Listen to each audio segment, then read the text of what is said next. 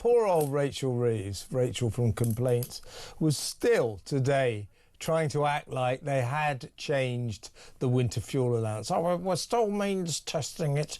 I mean, it's the first government I've ever known to boast about means testing. It's never it's never usually something that people shout and scream about. But this is what's happened with the winter fuel allowance. Make no mistake, what has happened after what is it now, 10 months of horror, of embarrassment, of failure on this government's part, they have reinstated today the winter fuel allowance in exactly the same form as before they axed it. That every single pensioner, as before they came into power, will now get their 300 quid at the beginning of the winter. I think it's September, October, something like that. So they've reinstated the full winter fuel allowance. She's trying to say, oh, well, those over £35,000 a year, they'll get it. We'll get it back from them in the form of their taxes and all that. Well, okay, that was the same as before. It always was the same. If you're a rich pensioner, you get taxed on your old age pension, you get taxed on your winter fuel allowance, you get taxed on your own income. That was 'twas ever thus. So what she's done today, let's have a look at her first. From this winter, 9 million pensioners will now receive winter fuel payments. It will be still means tested, but at a higher level. We've listened to people's concerns around the level of the mean test, and because of changes we've made and the stability we've brought back to the economy, we are able to increase that amount. And we will set out in the normal way in the budget how everything is funded. But no one should be in any doubt about my commitment to the fiscal rules to ensure that the sums always add up. And just to prove, Isabel, that the reform tail is well and truly wagging the Labour dog, here's Nigel Farage taking credit for this incredible U-turn. They have reversed their policy, and all but those that earn £35,000 a year or more will now get their winter fuel allowance. It means that 1.8 million won't. Quite how they administer that £35,000 figure, I'm not sure.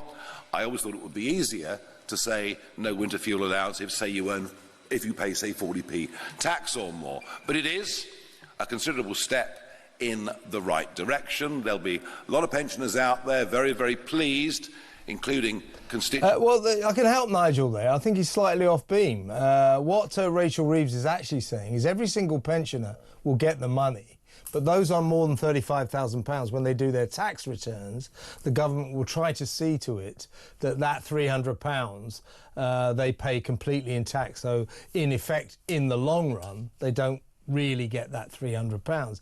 They have to give it back to the government. But that's just stuff and nonsense. That's just around the edges. Every pensioner is going to get this again now. You cannot overestimate the shambles of this. I mean, the government, if it was to save its sorry backside, it kind of had to do this. As long as this dreadful axe stayed in place for the winter fuel allowance to save very little money, there was never any need to do it. As long as this was still in place, it was electoral suicide for Starmer and Reeves, and they knew it.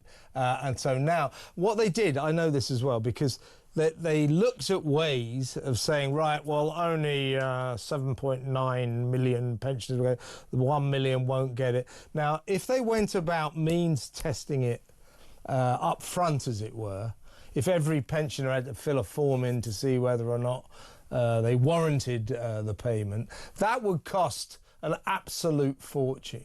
So the only way to make this cost effective is just give it back to everyone like before, and then tax the people earning over £35,000, tax it away from them. So make no mistake, this is exactly the situation, exactly where it was before they axed it. It's unbelievable, isn't it?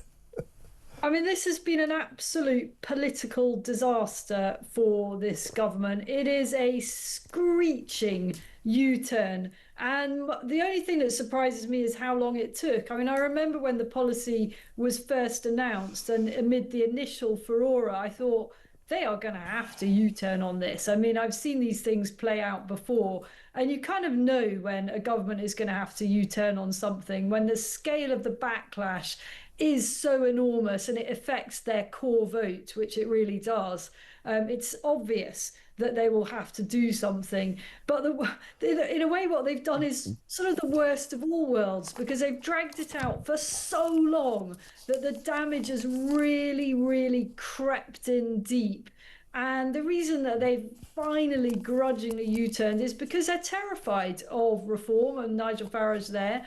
And they are hemorrhaging votes to reform. They previously had thought that reform was a Tory problem, and the shock for them has been to realise that reform is just as much of a problem for Labour as it is for Kemi Badenoch. Exactly right. Shall we go to a break? And when we come back, we're going to talk about Kemi Badenoch again and her strange caution about everything. Sarah Pochin from Reform says, let's ban the burka. I think I agree with her. I've been searching my conscience about this, and I'm not sure where you stand. I kind of think we should ban it. I've got reservations. I don't like laws telling people what they can and cannot wear. I don't like the idea of it, but I think we have to make a decision about the burqa, and that is, do we like it? Is it right for a 21st century free democracy that when we sanction a religion that covers up women, covers up their faces for ludicrous religious reasons?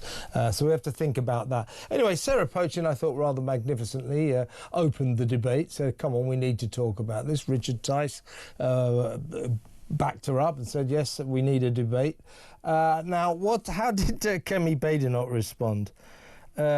Well, maybe we should. Her response was, maybe we should let bosses decide whether or not to ban the burqa in the workplace. Why does Kemi Badenoch have to water everything down? She is terrified to disturb the universe, and that is her problem. Too timid by half, cautious conservative.